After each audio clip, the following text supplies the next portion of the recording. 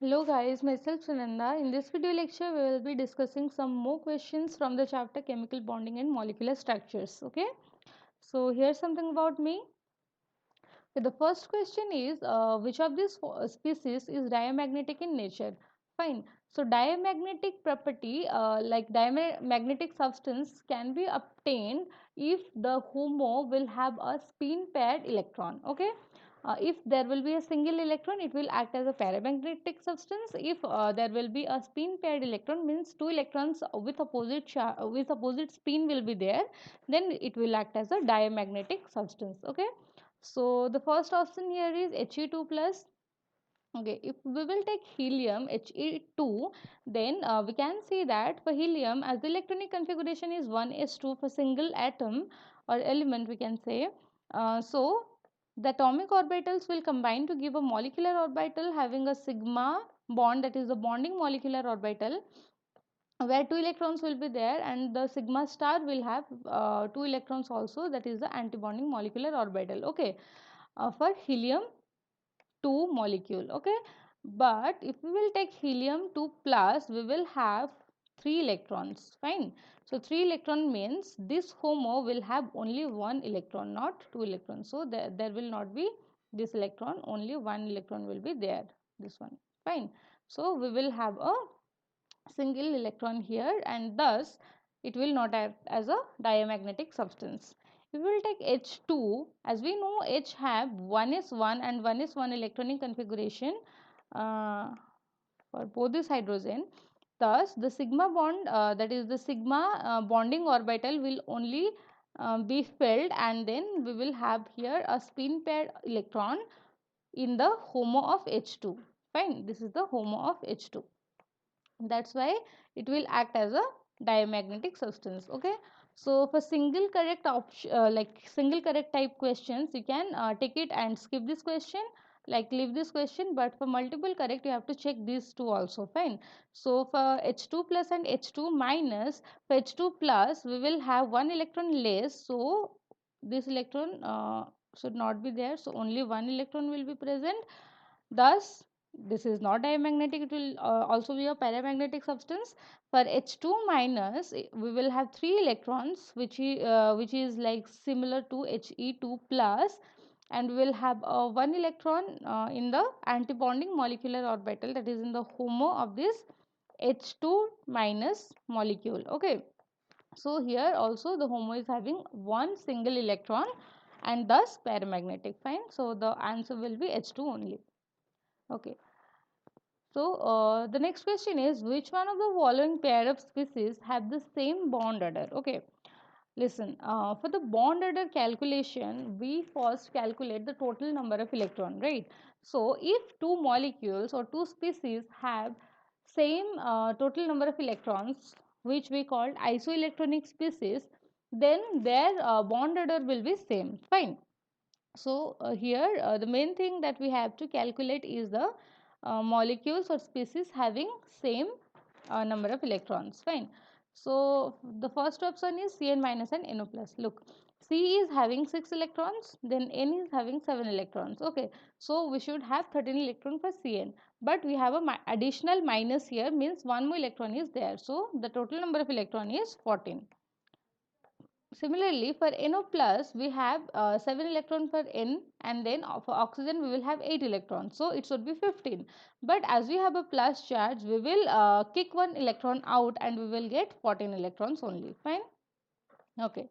Next is Cn minus and Cn plus. Look, by seeing at the options only, you can see that. You can say that it will not be the answer, because they both will have different number of electron, as we can see a negative charge means one more from this Cn and then one less from this Cn electrons. Okay, so this will not be the option. Then for the third option, for oxygen, with a minus charge we will get 17 electrons, because we know for one single oxygen we will have 8, so into 2 is 16, and then minus will give us 17 electrons. For Cn minus we calculated 14, so this will not be the answer. Fine. Okay, now the fourth option. For the fourth option, we know that for NO plus, we have calculated it as 14, and if you will see the first option, then we are having NO plus and CN minus, right? And here we are having NO plus and CN plus. So like you can easily say this option will not be correct, because for these two species the number of electron will not be same. Fine.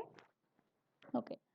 So here I have shown you like molecular orbital diagram for O2 molecule, where the energy levels for sigma 2pz is having lower energy than the sigma 2p x and y like molecular orbital, right, for the oxygen. And the oxygen here have 16 electrons in total. If we will take molecules having 14 electrons or less than 14 electrons or less, okay, less than 14 electrons, then we can say that like from the spectroscopic observations only, uh, the energy levels are obtained to have a different arrangements, that is the pi will have the lower energy than the z, than the sigma 2p z. Okay, so 2p z, here I have the pi 2px is equal to 2, I'm sorry, 2py. Okay, so here I have a inverted triangle, right, for 16 electron or for electrons greater than 14. For 14 or less, I will have a kind of triangle. If, like, it's just to remember the energy level diagram. Okay, fine. So the option correct is 1. Okay. Then the next question is the energy required to break 1 mole of Cl bond in Cl2 molecule is 242 kilojoule per mole. Then they asked about the longest wavelength of light that will be capable of breaking that single bond. Fine. So we know that like the energy is equal to h nu, that is the Planck's constant, into the frequency of that particular light, right? Then we know that we also know that frequency multiplied by that wavelength gives us the speed of light. Fine. So I have substituted c by lambda in place of frequency here.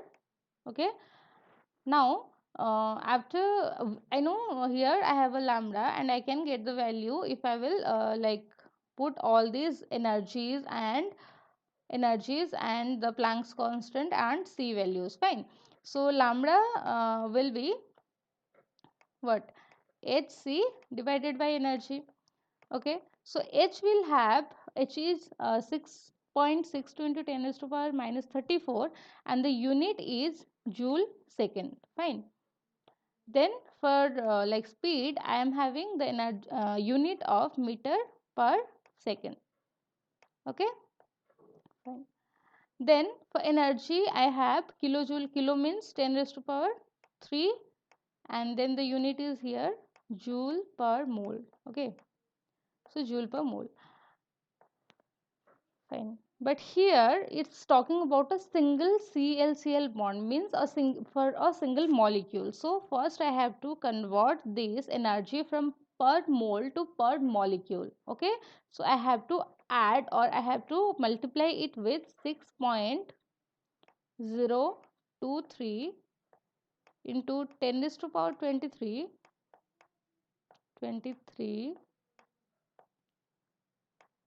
molecule. Okay, per molecule. Okay, so this will be the number of molecules. So all these things will get cancelled out, and then we will get the lambda in terms of meter. Fine. So when you will calculate, you will get this option. Okay, and one more thing is nanometer here means 10 raised to power minus 9. Okay, 10 raised to power minus 9. So we will get 494 nanometer. So the things you have to remember is energy is equal to h nu, then nu can be written in terms of c by lambda, then the value of Planck constant along with its what unit. Okay, and one more thing is, if you have to calculate the energy or anything for one molecule, then you have to convert it first from per mole to per molecule, and we know that 1 mole is equal to Na, right? Na number of molecules. Na is 6.023 into 10 raised to power 23. Fine. So you have to convert it and then you have to do the calculation. Fine. Okay. Then the next question is, which of the following molecule is significant, like, okay, fine. So the question is actually for which of the molecule the dipole moment is not zero. Fine. So we know the dipole moment comes from the polarity concept, right? So if we will have a carbon atom and fluorine attached to it, we can say that due to the electronegativity of this fluorine, the electron density will be like distorted towards the fluorine, and then the carbon will have a partial positive charge while the fluorine will have a partial negative charge, okay, and thus form a polar bond. Fine. So here in these molecules we will I mean in these compounds we will check whether there will be a polarity or it will not be there, or it will get cancelled out. Okay. One more thing is that polarity as have a direction, it is a vector, right? It is a vector because it have a magnitude and a direction. So if like the polarities will be cancelling each other, then also we can say that the molecule in net will not have any polarity. Fine. So for the first option, we can say that as the polarity, I mean the dipole moment are opposite to each other, because of the presence of Cl they will cancel, and then this will the for this molecule, I mean for this compound, the mu is equal to 0. Mu means dipole moment, right? Mu represents the dipole moment. Okay. Now for Cn, if we will see, look here, a carbon is attached to the benzene with a single bond, and with nitrogen it will be attached with a triple bond like this. And we know that here the carbon will have a sp hybridization, right? Here it will have a sp hybridization, and thus the bond angle here will be 180, right? Thus the dipole moment will be in this direction, and for the carbon and for the cyanide at fourth position, it will like be completely opposite to this particular direction, right? So it will also cancel each other, and then mu will be 0. Fine. Mu will be 0. Okay. Now for the C option, if we will see, the oxygen which is attached on one side with hydrogen, and in the other side it's attached to a benzene ring, we can say the hybridization is sp3 hybridization, because it will be left with two more electron pairs, and thus sorry and thus it will have a like non-linear shape like Cn. That's why we can say like hydrogen is attached somewhere like this, like somehow like this, and then one dipole moment will be in this direction. Fine. And from the benzene it's like this, because from carbon the oxygen will try to pull the electron density towards it. From hydrogen also it will try to pull the electron density towards it. Fine. Okay. Now one more thing is that the oxygen, sorry, the hydroxyl group attached in one position and fourth position will not have the same orientations. Okay, it can have different. I mean, this OH can be in this direction, OH can be here, here, anywhere. Okay, so the dipole moment here will not cancel each other, and thus it will have a mu which is not equal to 0. Fine. The same thing applies to sh also, because sh comes in the like period of this O. Fine. Sorry, I meant to say group of this O. So first in the group 16 we have oxygen and sulfur, right? So the similar hybridization will be there. I mean the S will have a sp3 hybridization here also, and thus the mu will not be 0. So the option that will be correct is 1, that is C and D. Fine. Okay. Okay, so now this is the last question, and this is from like hybridization only. So it has asked, okay, so first you have to know that hybridization concept was introduced for the valence bond theory. Okay, So the question is the hybridization of orbitals of n atom in NO3 minus NO2 plus NH4 plus. Okay, so we will calculate and we will see the diagrams here first. The first thing you have to remember or you have to know is that from these given molecular formula or the ionic formulas, you have to first like draw the structures, then only you can know the hybridization, or you can know about the electronic configuration of the central atom, and then you can calculate using the number of valence electrons. Fine. Okay, so for NO3 we will have a structure like this, where all the three electrons are partially linked. We'll have a sigma bond, we'll have a complete sigma bond, but the pi bond is partial for all these three oxygen. Okay, but as three like orbitals are used here, I mean three hybridized orbitals are used in NO3 minus in order to form the bonds. The hybridization will be sp2 here. Okay, so 1s and 2p will give three equivalent energy hybrid orbitals sp2. Okay, look here, all the oxygens are having the same angle and are having a, and this molecule is having a planar structure, right? Planar structure. Thus we can say that these hybridized orbital will have same energies, thus it is sp2. Fine. Okay, so these two options are gone because we got the first one as sp2. So next we will look for ns4 plus. Okay, because it's a bit easier. ns4 plus will have a structure that resembles ch4, because when we will like eliminate or kick out one electron from nitrogen, then we'll have the same number of valence electron as that of the carbon. That's why the shape will be same. Fine. So it will be tetrahedral in shape, and then the hybridization is sp3 here, as the hybridization in methane is sp3, right? Sorry, sp3. So here we got these two things correct. So the last one is NO2 plus will be sp. From the options you can say, or if you want to calculate, you can see here that N here will have double bond with both the oxygens and will have a linear structure with 180-degree angle, because in this case nitrogen is having a total 4 electrons. Okay, 1 minute, I will say you. Nitrogen having the electronic configuration 1s2, 2s2, then 2p3. If will lose one electron, it will be 2s2 and then 2p2, right? Sorry, p2, it is 3. Fine. So here n plus will have this much of electron. I mean, when I will